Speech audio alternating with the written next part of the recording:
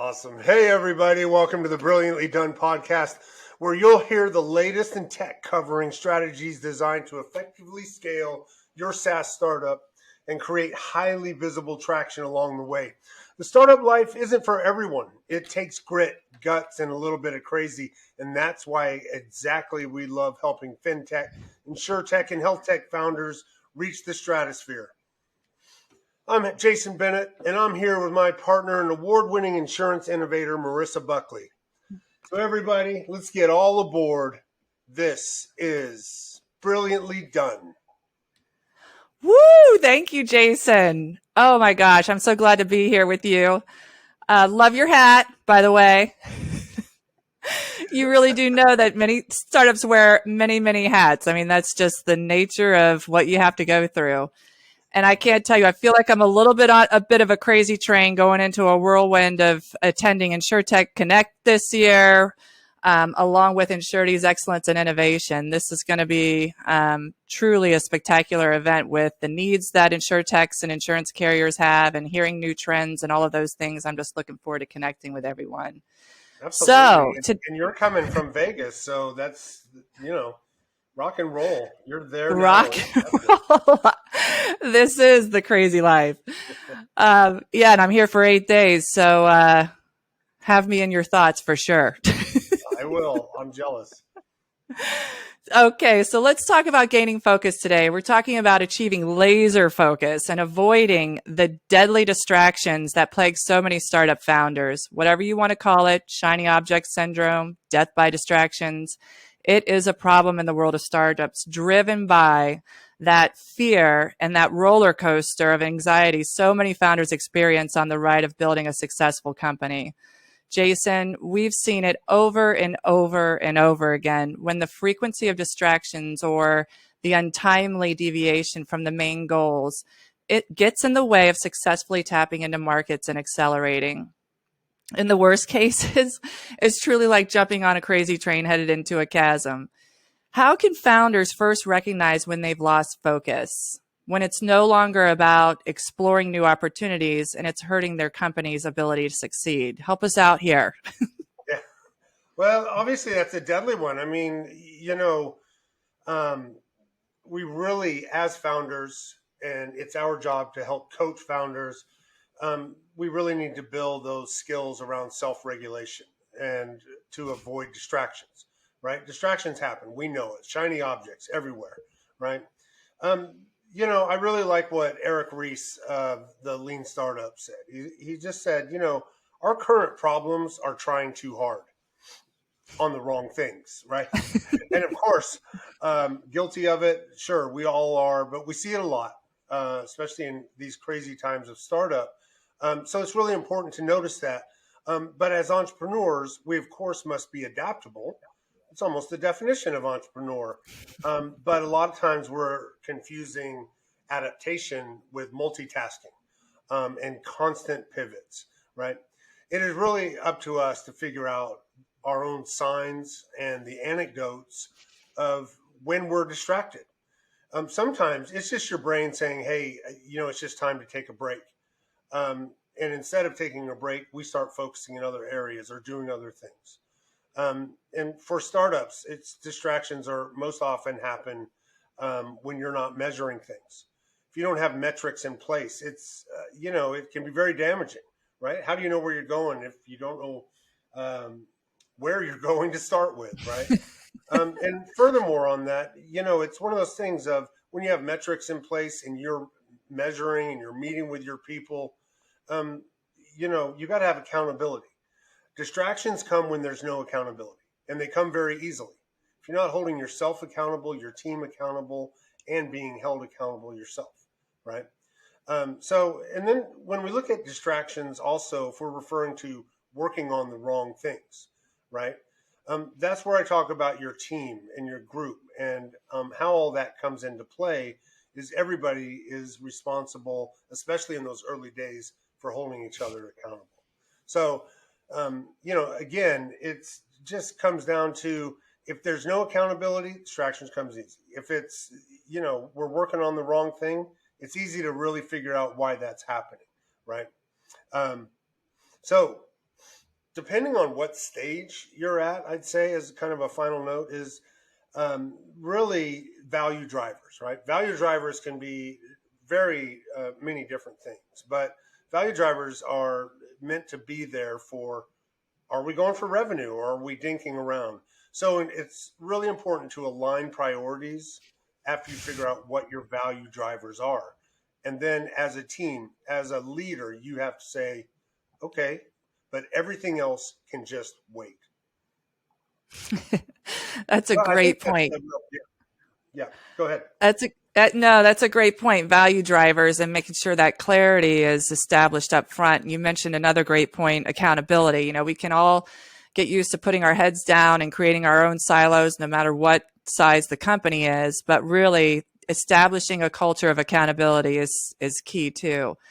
And understanding those value drivers and having the self-control to make everything else wait. That's pretty dang hard. I've had the privilege, Yeah. Jason, of working with you, and I remember the first time I got to see a go-to-market strategy that you built for an insurtech company that we were both serving at the time. And you outlined in the go-to-market strategy the importance of understanding value drivers and how they differ by stage. Can you share a couple of examples of how value drivers will differ by stage? Well, sure. I mean, in the early days, depending on what your company is doing, but when in those early days, your value driver may be, we've got to be providing a differentiating customer experience, right? And so, if you figure out that that's your value driver, and that's how you're finding initial fit and differentiating in the market, um, that's what you're working on. Is how do we do that? Are you meeting with customers? Are you doing all of those things, right?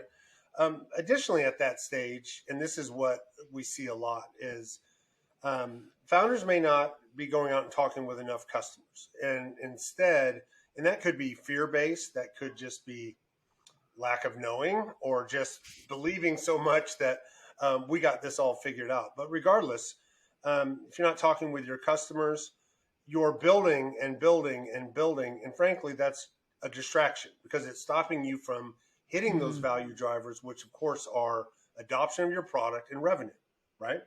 So, we could call that like a safety zone, right? So it's, you're building your own safety zone, but really what you're doing is you're building barriers and walls, and you're going to keep self distracting, right? Because you're not going to go out and talk to the customer. And again, it might be because you don't want to hear that your product um, is not really solving a problem, which means you have to take another look at it, iterate, and keep going. But Mhm. regardless, we fall into that loop, and sometimes we can call that's your own safety zone where nothing can bad can happen, right? But of course, we want to work towards that constructive feedback. Um, and then you go on to other stages. So if you're at a seed stage company, you're probably ready to start hiring people. So maybe your value drivers are growth, of course, right? How do we establish and maintain that growth on a month over month and annual basis? And it might also be that you need to go out and get A players onto your team to make sure that that can happen. So those are your focus points. And that's where you align your objectives to, we have to do points 1, 2, and 3. That's going to trigger us to be able to take on new A players that are going to continue our growth. If you're not focused on those value drivers that you put in place, I'm sorry to say you're just wrong, right? Because it's hard to go to the next step without doing that. Okay.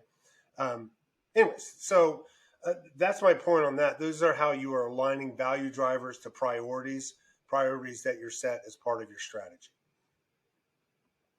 Very good. You know, thinking of priorities and creating efficiencies, it's so important and it's often missed. You know, people will see that shiny object or some new idea. They're not going to immediately think necessarily like, how does this align with our existing value drivers, or do we need to create a new one? Is this a fit? Take the time to do that. Thank you. Yep. So, once you have a framework in place, you've identified your value drivers to help guide and sustain your focus. What I've seen in a few different clients is that even though there's a framework, in comes a little insecurity and a shiny new object or idea that could be just what I need to succeed. And the CEO, they shift gear, creating a new, most important area to focus on. There's always this sense of urgency with startups, which is great, and there should be. But when you're constantly moving from one object to the other, and there's always urgency on that, it's almost like the boy who cried wolf, right? And that story of like, do we really need to go heads down as fast as we can on this when another priority is just going to pop up? You can create a reputation like that. So when these objects come up, this is where accountability comes into play, as you touched on earlier. You have to create a culture that inspires, not allows, but inspires team members to challenge the change and focus too. So, hey there, Mr. or Mrs. CEO, being able to say, why exactly are we doing this? Why is this new area now important to the business and now a major priority? So, that isn't always easy because you're talking about, challenging the direction of C-level executives, and where there isn't a clear leadership style that screams, hey, challenge me, that's really difficult. So I want to talk to you also, because I know you've worked with so many clients across industries, Jason, and have been involved with launching SaaS solutions and getting those solutions sold, and experience with a variety of different clients. What are some ways that team members can manage up or challenge the person at the very top without creating a defensive response? Please share the magic. Because it's a frequent need of staff in a startup to be able to do that, because that's pretty much the nature of the game when it comes to growing a company. Yeah, agreed. And geez, what a loaded question. But I'll try to practice some brevity here in answering that. Based on my experience, because it obviously this is something that needs to be nipped in the bud. And really, it comes down to the culture that you've built or you're building. That culture is really backed by values, right? And these are things that you should figure out early and check back in on often. But having a culture that is both aligning and hiring the right people, that also extends to um, basically having people that align with those values, align with your cultural vision, and feel more than comfortable addressing why are we going this way or that way, or calling out leadership. I mean, it really comes down to that's the culture you want to really. When you're a growth company, you have to have that culture because people are vested in your Mm. vision, and now it's part of their vision. And when doing that, and once you have everybody vested in that, it actually starts to become a lot more natural to be able to say, well, hey, leadership, or hey, CEO, Mr. or Mrs., why are we doing this? Right? It's perfectly acceptable, and actually, you should be asking why over and over again until you're all on that same page, right? So, and the thing about that too is, let's say that's may not be happening, or your team is much smaller. CEOs know, and this is what we advise on as well: is find real advisors. If you have a board, maybe you're not ready for a board, but if you do, or even if you don't, you have advisors, you have board members that are vested in your company, just like your employees should be, and they should be checking to make sure that you're staying on path. What are you doing? What are you working on? How are these going? You told us these metrics were, we're following these metrics too. We're not seeing you hit the numbers, whatever the case may be. So you've got a couple areas of defense to keep you focused, right? And it's always, that's just good practice, right? Another thing too that we've seen in more mature companies, seed stage and up, is the idea of a strategy council. And basically, I think the first time I heard about that was reading Scaling Up by Verne Harnish. But so don't call it a council. Just call it, you've got a group that is actually monitoring where are we going. They have a really good idea and understanding of the big picture, but also in making sure that we're knocking things off to get to that big picture. And then keeping the CEO and the leadership team accountable. That's how especially when you start in those growth stages. That's how you keep yourself accountable as a leader. Other people are helping you along the way, right? So they're definitely calling out when things aren't looking right, right? So I guess in summary, really about that piece is just, stakeholders, regardless of title, position, shareholder, stakeholder, whichever, um, should hold others accountable and be accountable themselves. It's a humbling thing to happen, but it's also really part of your personal founder journey, if you will. Very powerful. Yeah. Humbling indeed, and sometimes downright annoying because they just can't do whatever they want to do, even when it feels right. Exactly. That's hard. And you've said it a lot of times when we're talking about cultures of different clients and different organizations, and that being emotionally invested in that organization takes great leadership to get people to believe in that higher purpose, that calling of what that company's doing. But it also drives that accountability, just like what you said, in that culture of being able to talk to leadership and say, why are we doing this? Because, the employees, the entire team has an owner's mentality.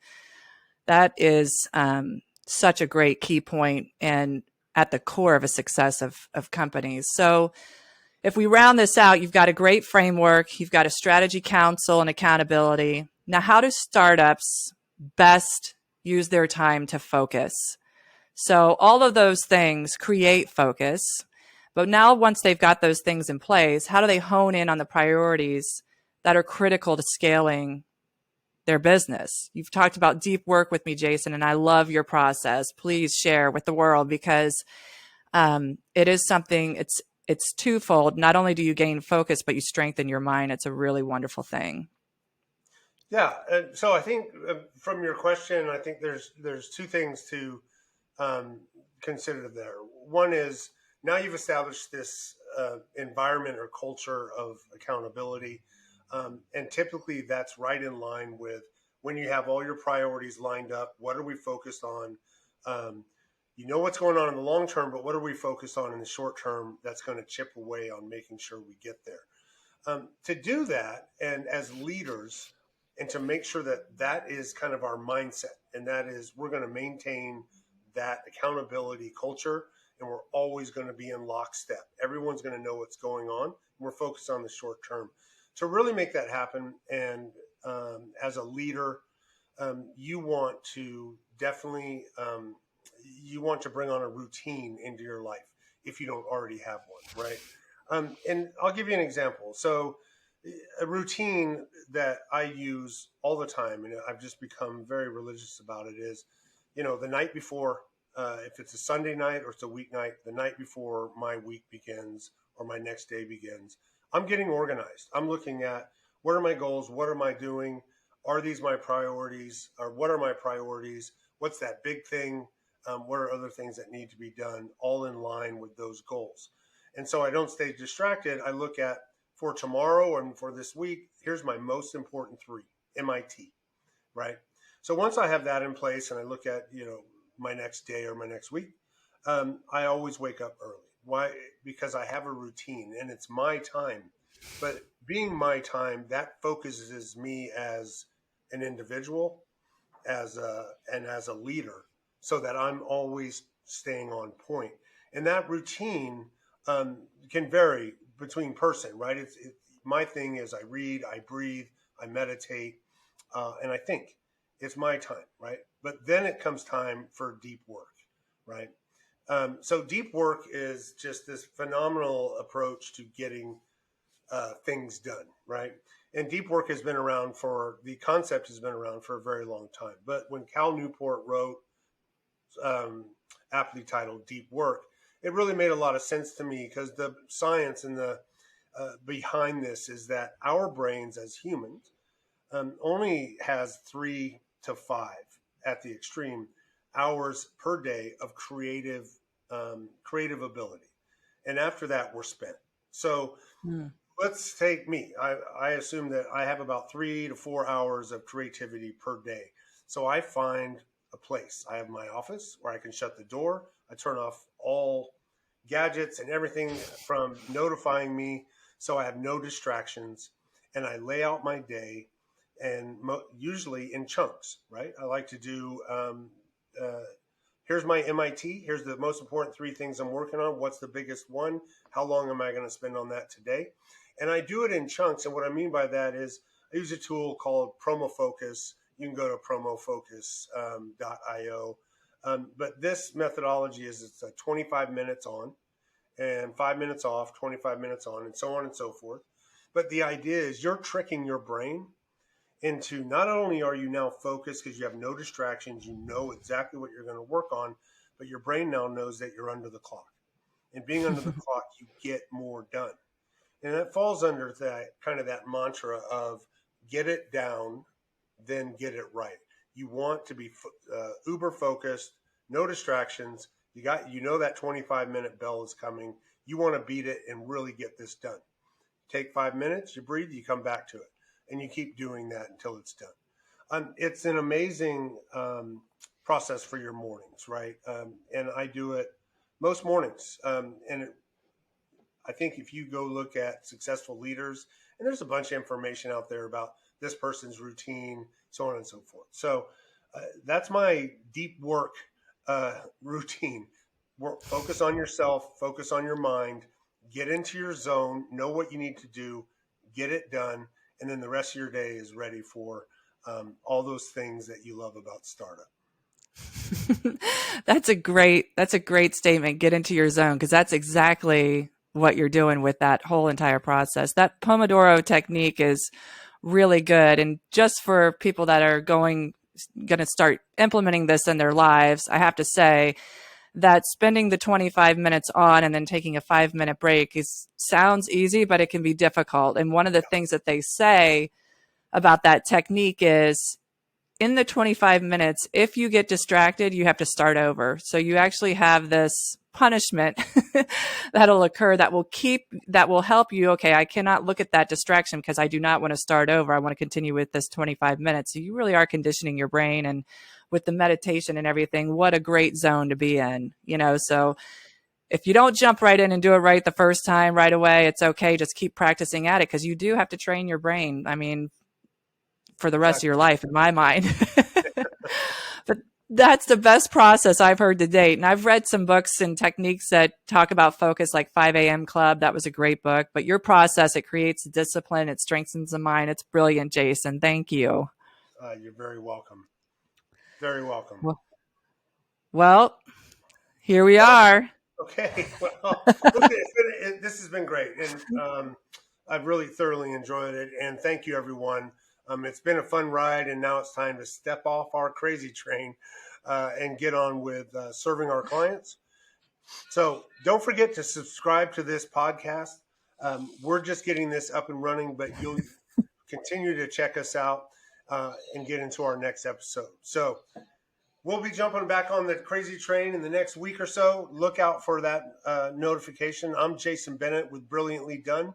It's what we do. If you have any questions or want to connect, you can reach me on LinkedIn or Twitter at Brilliantly SaaS.